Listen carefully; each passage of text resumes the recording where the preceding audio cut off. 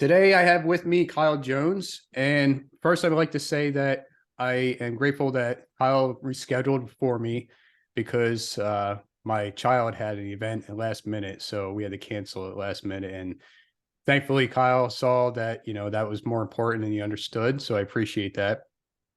And yeah, so Kyle and I met through a Facebook group, and we get to see each other face to face here and get to have a conversation, get to know each other a little bit more.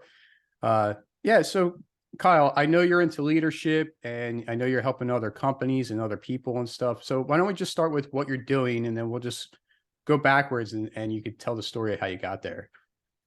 Sure thing, John.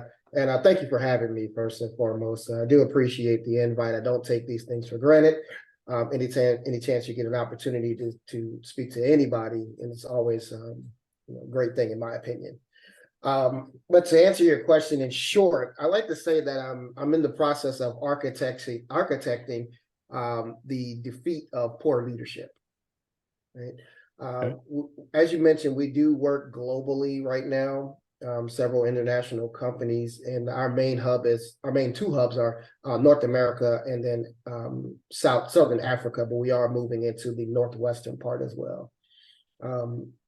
If I was to outside summarizing that short portion, saying, hey, we architect the defeat of poor leadership, we work with leaders around the world to enhance their capabilities and their leadership skills so that they can be better for their companies, their workforce, and ultimately the place in where they do business, their communities. So that's kind of we work through right now, and it's interesting how we got into it. So, All right, yeah. So you want to touch on that then, and how you got into it? absolutely. So it's weird, right? Before I got into all of this, I was really working with individuals at the small business entrepreneur level and even some youth education, believe it or not. And I always ran from leadership. It's very weird, right? Mm. And just like when I was younger, I was like, I never want kids. I don't like kids. I never want to be around them. And now all I do is work with youth, right? It's weird. It's funny how those things, they're kind of like a Saul to Paul moment if you understand biblical references, right? And I was doing some consulting work from a coaching perspective with some people because I really enjoy helping people find ways to get to the next level. I'm a huge proponent of personal development. And while I was coaching a sport, I happened to be conducting business, and one of my clients, I don't even know one of my clients, one of my athletes, if you will, their parent had come, and we had ended up having a discussion. Trust me, I'm going somewhere with the story. I'm going somewhere. That's fine. You're good. Right? And we met on the track, and we began to have conversations about what she did, which was government contracting, essentially selling products and services to the government instead of individuals. And what I did, which was leadership training, workforce development, people development, in a sense. That's the first conversation we had, and we had several others. So this individual that I ended up speaking with, we ended up becoming really, really close over the next couple of years. So close that we actually got married. So, Good. and in the process of doing such a thing, we actually combined both of our companies to create something unique. Took my expertise and her expertise, and over the last few years, we've just exploded onto the scene, going from, you could essentially say, a brand new product or service into international waters in under 3 years. Oh, yeah. Which is crazy, you think about it. That's really good. So how did you go ahead and get in the international waters and stuff like that quick, you would say? So what happened was this is great. I got some weird stories. I understand this, right? I'm a firm believer in attracting the things that you want, right? We've all heard The Secret back in the day. Yeah. And it was like, yeah, you got to attract it. People used to put like dollar bills up on their wall and be like, oh my God. And I was on Facebook one day, right? Facebook, I'm dating myself.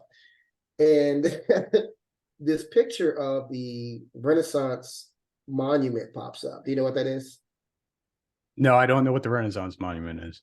Okay, so it's a monument where this big, this strong guy, it's almost like a bronze-ish statue, sort of like, and the guy is holding a child, and there's a woman on his to his back, and she's got his hand, she's got her hand on his shoulder, and he's pointing. This monument is very large, by the way, and it's actually located in Dakar, Senegal. And the reason that the monument was created was to remind that that's where the people went. So it was, in essence, directing us to know where slaves were taken, and it points directly at America. And so, if you know history, Gorée Island, Goree, Gorée Island is off the coast of Senegal, and they had this door called the point of no return. And so the point of no return is where slaves were taken, and they were docked on those ships, and they were taken to America or South America or wherever they were needed for offloading. And then so the door of no return was you would never see home again, right? And so the monument essentially points to where they were going so that we could eventually reclaim our people to bring them back home. So I saw this monument. I said, I want to visit this place. And I turned to my wife. I said, we're going to go to Africa.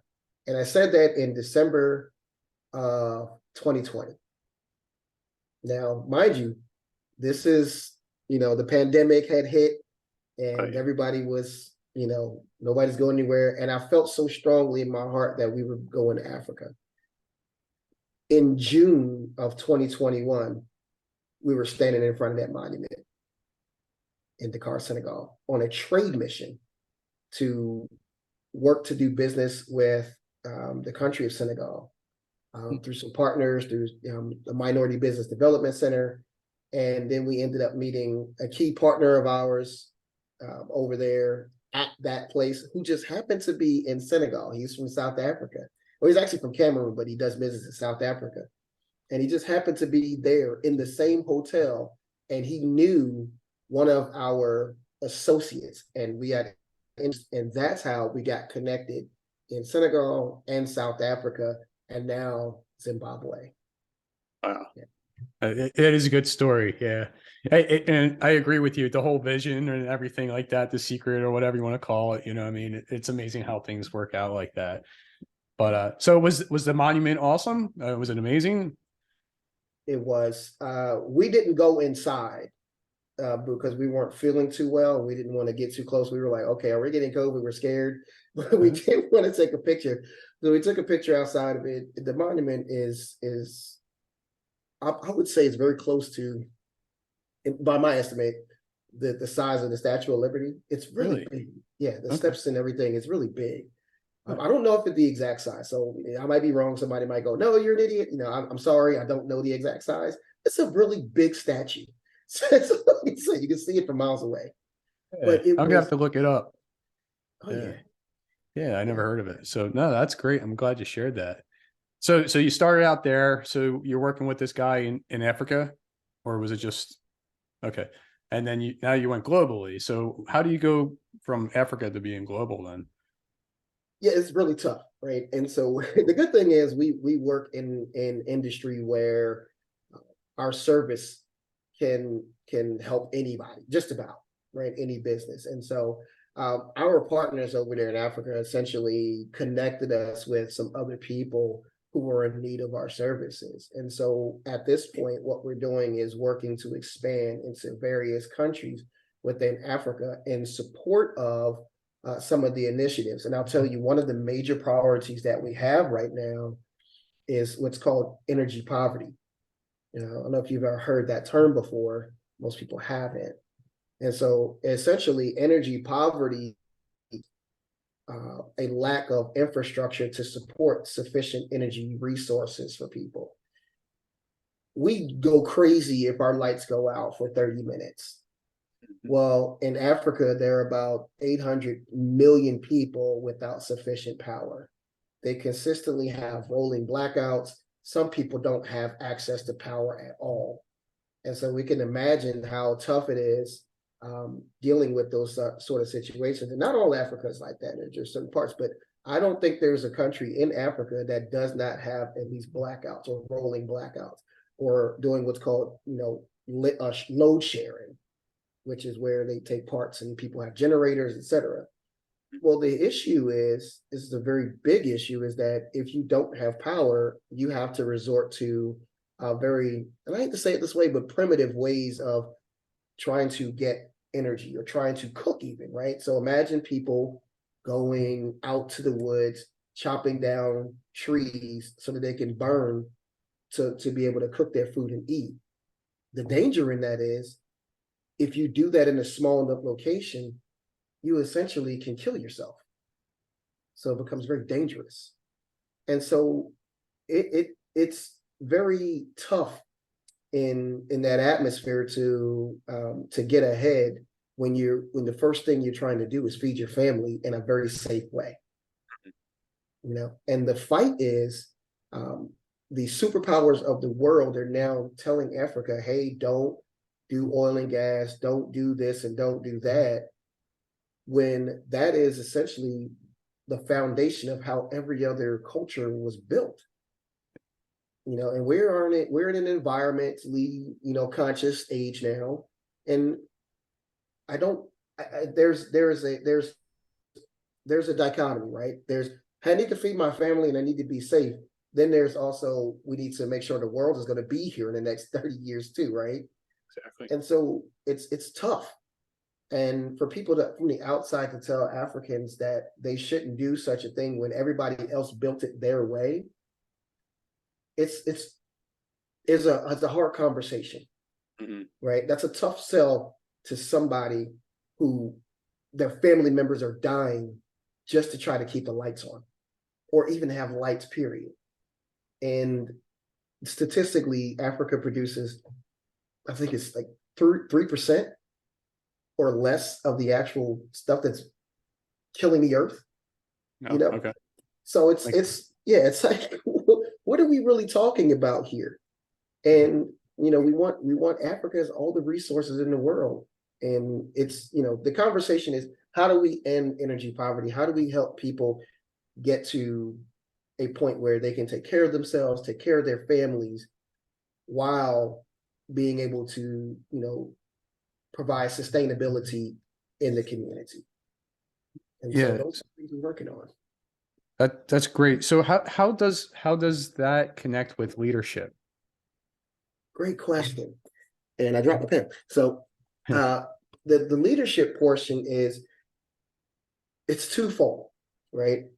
Obviously, oil and gas is a big issue there, where they have to drill to try to get things together, right? But the workforce isn't there to sustain the demand that the oil companies are bringing to the table, right? Or the natural gas companies, or whoever's bringing to the table for investments. And so we need to train the workforce. But there's also a need for appropriate or enhanced leaders, say, within the government space, right? So you have government officials who may need to enhance leadership skills for as far as negotiation and communication and legislation, et cetera.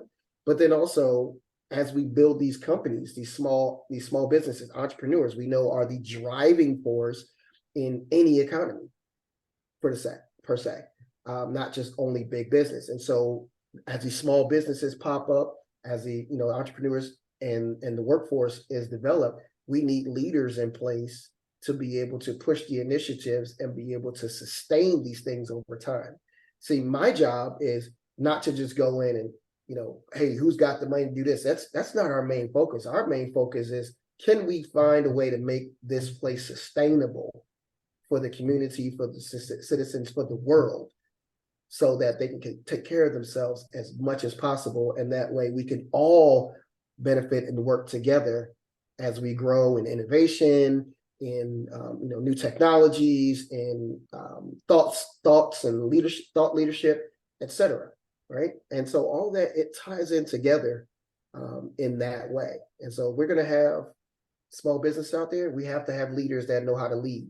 We have to have government officials that know how to lead. We have to have big corporations that know how to lead and know how to get back to the community and make sure that things are done right. We have to have nonprofits in place to help people. All those things are tied into leadership and professional development and workforce development, people feeding their families the right way, etc. Makes sense. Thanks for clearing that up for me. Yeah. So do you find these people like raising their hand, reaching out to you, or do you have to like pursue these people, the entrepreneurs, the government officials, or whatever? It's a section of both, honestly. The leaders that are there in place right now know, and they are wanting help, right? Or ideas, or you could say collaboration, if you will, right? And they're not ashamed. They're like, I want to know more. I can tell you this: the images that Americans have been shown of Africa are wrong, right? And there's been this idea that Africa's full of dirt, right? Everybody lives in huts and they walk around with lions and sing Hakuna Matata. No, that's not the way it is, right? There are parts of Africa that are more beautiful than words can describe, right? And there's this feeling of, I guess you could say, like spiritual connection to the land as well. On top of that, the way things are done there are slightly different than what we do in America. But you can step off into places in Africa and it feels like you're in America, right? Very, very, the infrastructures are in place, it's beautiful, etc. Right? So where do we go from there? What do we do from that point?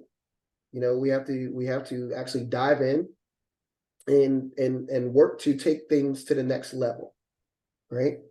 I think those things are going to be really important when it comes to moving to the next level. Now, when you're asking me, are they asking for, are they raising their hand? Are they working? These individuals are incredibly intelligent, right? And I'm not even trying to be facetious. People tend to think, based on the images they've seen in the movies, that they're behind in mindset, or they're behind in ideology or intellect.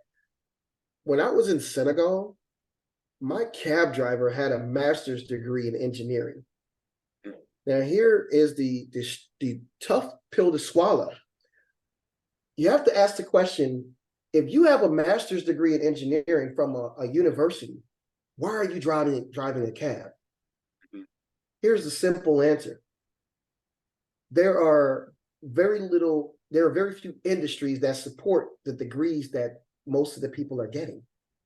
So if you don't have the industry to sustain the degrees and a need for it, you end up in things just to make ends meet, or to get money or food on the table, right?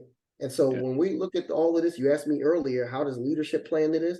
Well, part of that leadership initiative is to figure out what resources are in each of these countries and develop those things from I guess you could say, an innate way, so that industries come out of that to support the education that the people already have. Yeah. So, I mean, that cab driver would have probably been a good fit for some of these companies, I guess, that you might be working with. Yeah. Absolutely. So, I mean, are we talking about like a city or like a village, or, I'm trying to picture in my head where you're starting from. So when you ask me where am I starting from, you're talking about no, it's definitely not a village. Let me start there. It's not a village. We are in some of the major cities, right? So think of like Johannesburg, South Africa, or Cape Town, South Africa. These are what's that like compared to American City? Because I have no idea. Okay, I'll do each, because each one is a little bit different, right? There's so Dakar is completely different. It's completely different from Cape Town, South Africa. Let me start there, right? Cape Town, South Africa is very Eurocentric, right? South Africa, period, is very Eurocentric, obviously, because of the colonization setup, right?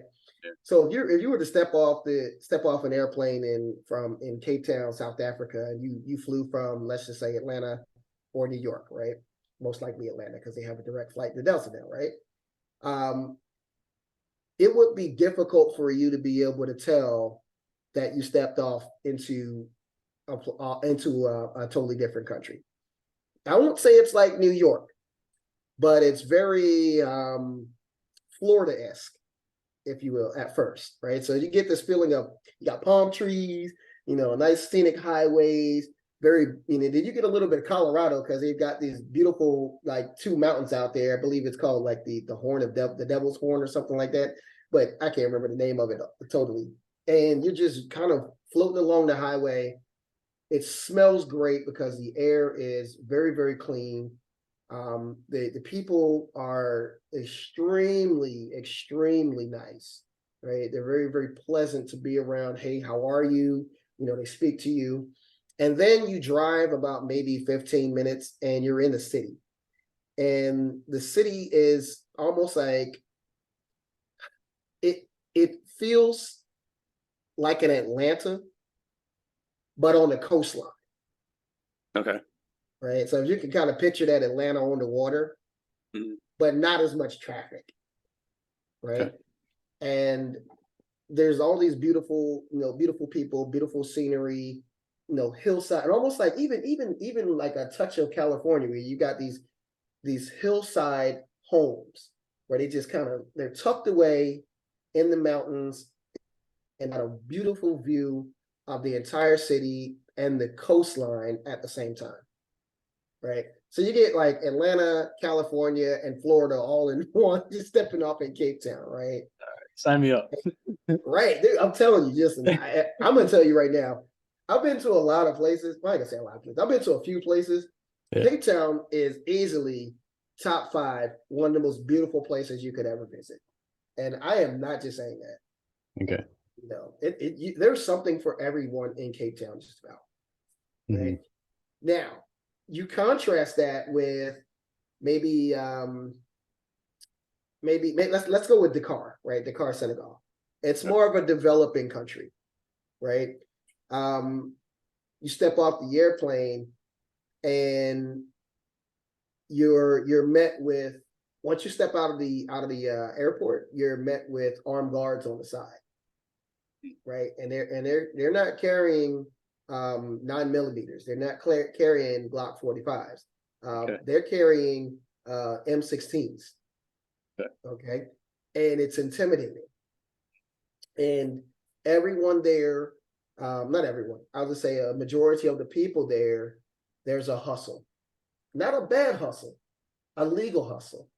Because what they're trying to do is feed their family. And so they'll try to offer you to lift your luggage or sell you some trinkets or whatever. This is their livelihood, right? And they're very aggressive sometimes, right? That's like, okay, all right, back down. Obviously, it's a French-speaking country, so you may not even understand half of what they're saying. So they speak a lot of broken pieces of English to try to, get you to buy things. Okay. As you leave the airport, you're riding along, and there's a lot of dirt, right? There is a lot of opportunity for land development. And there are a lot of projects going on now to develop the countries. I don't know if you knew this, Senegal just discovered a bout of oil and gas. And so now they're working to get all those things developed so they can develop industries there, the housing. Now, here are some things that you may not know. There were no housing codes for a long time. And I don't think there are any housing. They might be still trying to put in housing codes. And so you might see cows walking along the road. You might see people building their own houses with pickaxes, digging in the ground. Wow. And the one thing, and I hope I'm saying this right, and if anybody out there hears this and I'm wrong, please correct me. But from my understanding, it is frowned upon for anyone to take on debt to get things that they need. And so instead of taking on $100,000 in debt to build a house, they will build it themselves piece by piece as they earn their money. Gotcha. Right. So you have parts of Dakar, Senegal, that are developing. There are businesses, there's transportation, there are lights, there are streets, right? And then you have parts that are, completely nothing as far as the eye can see. And there's a lot of opportunity there to develop in those different areas, right? But I will tell you this, when you go there, even though it may feel, and some people might call it, a second world country or a third, whatever you might call it, right? Or developing country, there's a peace that comes with it, and it's hard to describe, but as soon as you hit the ground, you feel safe, you feel comfortable, and it's like you're not really in that. And I don't really want to go off into this tangent too much, but you're not really worried about, let's just say, getting shot by the cops, right? That's the thing. I'll leave that there. That's a conversation for another day. But you feel safe. Okay. Right. That's That's good. kind of like the comparison between those two places. That's great. I'm glad you shared that with me. Now I can picture both of them, you know what I mean? Yeah. So so let's just real quick, we'll go with so you take these people on to help them grow, their countries and stuff. All right, first of all, you're primarily just in like Africa or your other countries in that? Primarily, we're in Africa. We are working to move into the UK. We're waiting on a couple of projects to move, but we do business in America, obviously, also. Yeah. Okay. Yeah. So you take these people in, and what kind of like a process do you have to try to help build people's leadership skills? So you can just say, hey, I just helped this guy out. He's going to kill it. And, you can leave him be and he does his thing. Right. So I don't know, just a few quick examples if you have any. Yeah, I do. I've been doing this for years, man. And just kind of a background, I've been in development of people for a better part of 20 years now, man. So yeah, 2 decades. Holy crap. So essentially, if I'm working with someone, you have to identify, right? There's with something called benchmarking. And benchmarking in its simplest terms is to figure out where your baseline is for who you are versus where you need to be. You're at point A. Let's figure out what point A actually is. And then we can figure out if we even need to get to point B, or if you need to go to C, D, E, F, whatever, right? Or 1, 2, 3. And so we do a lot of benchmarking up front. There's some assessments, there's a lot of conversations to get insight into their experiences, where they're thinking they want to go, some of the challenges that they're facing on a consistent basis. And then we essentially customize an approach to get from that point to the next point.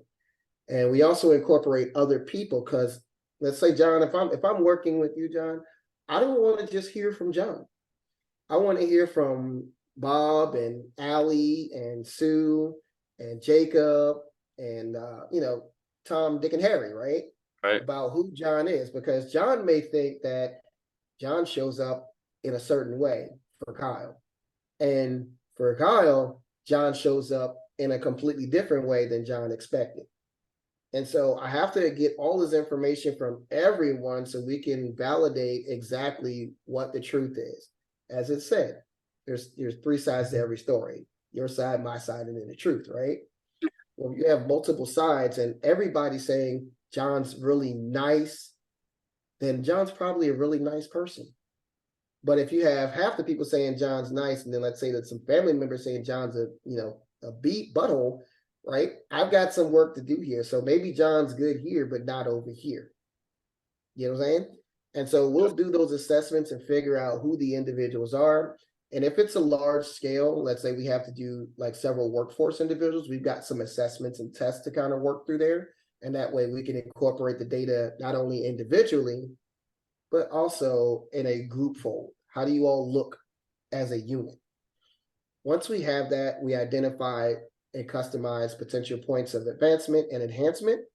And we just work through those things through mentorship, on-one coaching sessions, class sessions, group sessions, activity, team building activities, as such. But I'll tell you the most powerful thing that we do is our executive coaching and our mentorship programs.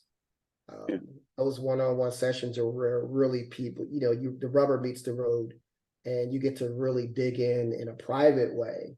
And nothing's ever discussed outside of those sessions with anyone else unless it's approved by that individual. But you really get to dig into how you show up and how you would like to show up. And we work to get you into a place where you practice the efficiency, right? You practice getting better. You practice the techniques in order to enhance your own leadership style.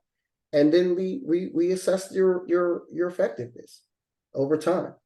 And as we do that, we see where it lands. And if you're doing well, then we go, okay, this is working. If it's not working, we go, what's going on? What's really happening? And we're able to reassess the situation.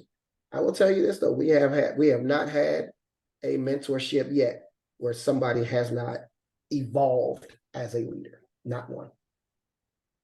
Yeah, that's good. First of all, I like how you incorporated other people under that leader, right? And taking account, taking account of for whatever they all think about this person, or favoritism or whatever's going on, right? That's good. And also what you just ended with there, as far as not having any, I forget the words you just said, but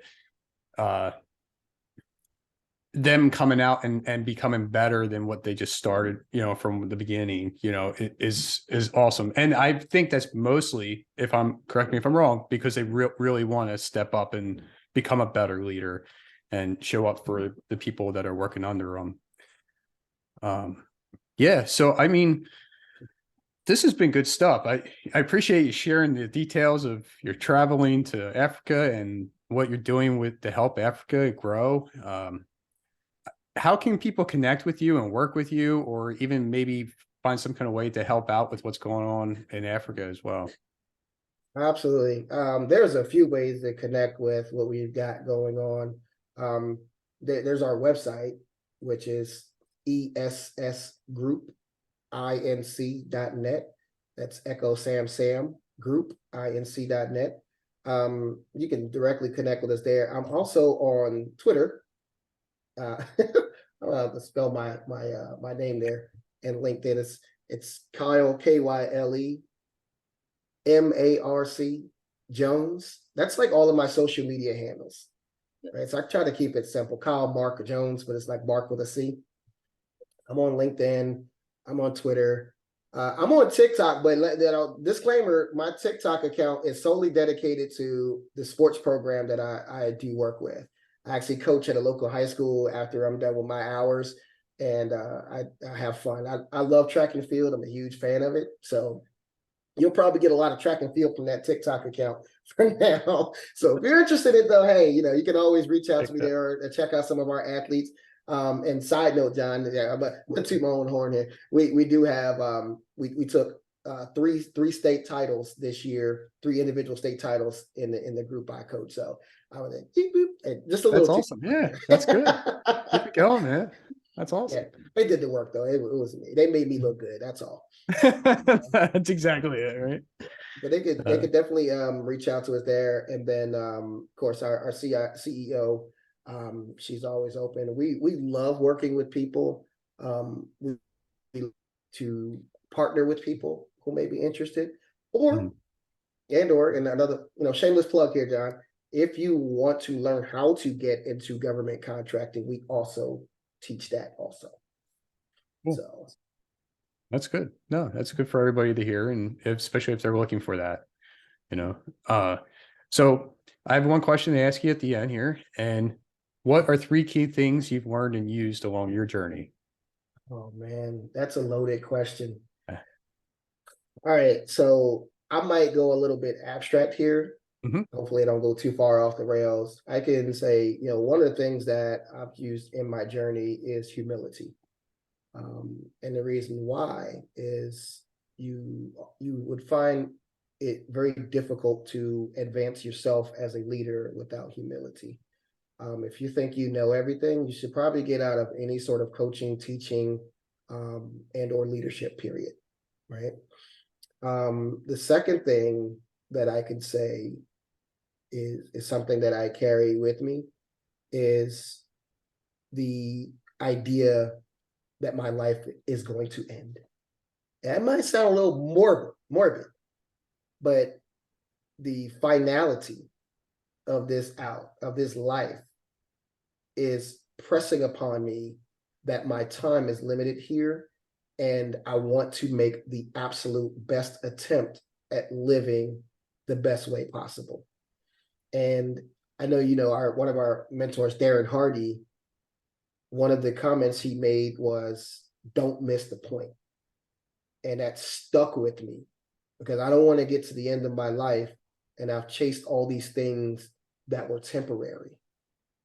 And I would rather get to the end and know I've experienced that life has to offer while giving back as much as I possibly can. And that leads me to my third thing, is to not worry about those temporary things, but focus solely on the purpose for which I've been brought here. There's a saying, and it's all, I've let this stick with me. There are 2 times a man really comes to life, or a woman, right? Or anyone, whatever, non-binary, whatever you want to call yourself, right? A person. When you're first born, and then when you figure out why you're here, right? And those are the 2 times where you become, you come to life. And so when you figure out your purpose, I think it's important to do everything you can to fulfill that, so that when you're done, you're done. That's awesome. I hear you there. I think a lot of people, when they hit that point, they just feel like they're at peace, they're glowing, or whatever, whatever you want to call it. Maybe you can resonate with that on your story, but not Kyle, it's been great. I'm glad you came on. We got to connect, and you got to share your story and everything that you're doing in Africa. And I commend you to keep going, do whatever you can to help them grow. So thank you. Absolutely. I appreciate the invite as always, John. And if you have anybody that reaches out to you and say they want to connect, man, just let me know. Of course, if you want to connect in some way, I'd love to find out eventually what more of what you do also. It was my intention to ask you more about what you do also. You got me talking, shame on me, right? No, this is good. It's what it's all about. Yeah, we can connect some other time. That's good. Absolutely. I appreciate it. No problem. All right. Well, thank you. I appreciate that, John. Thanks.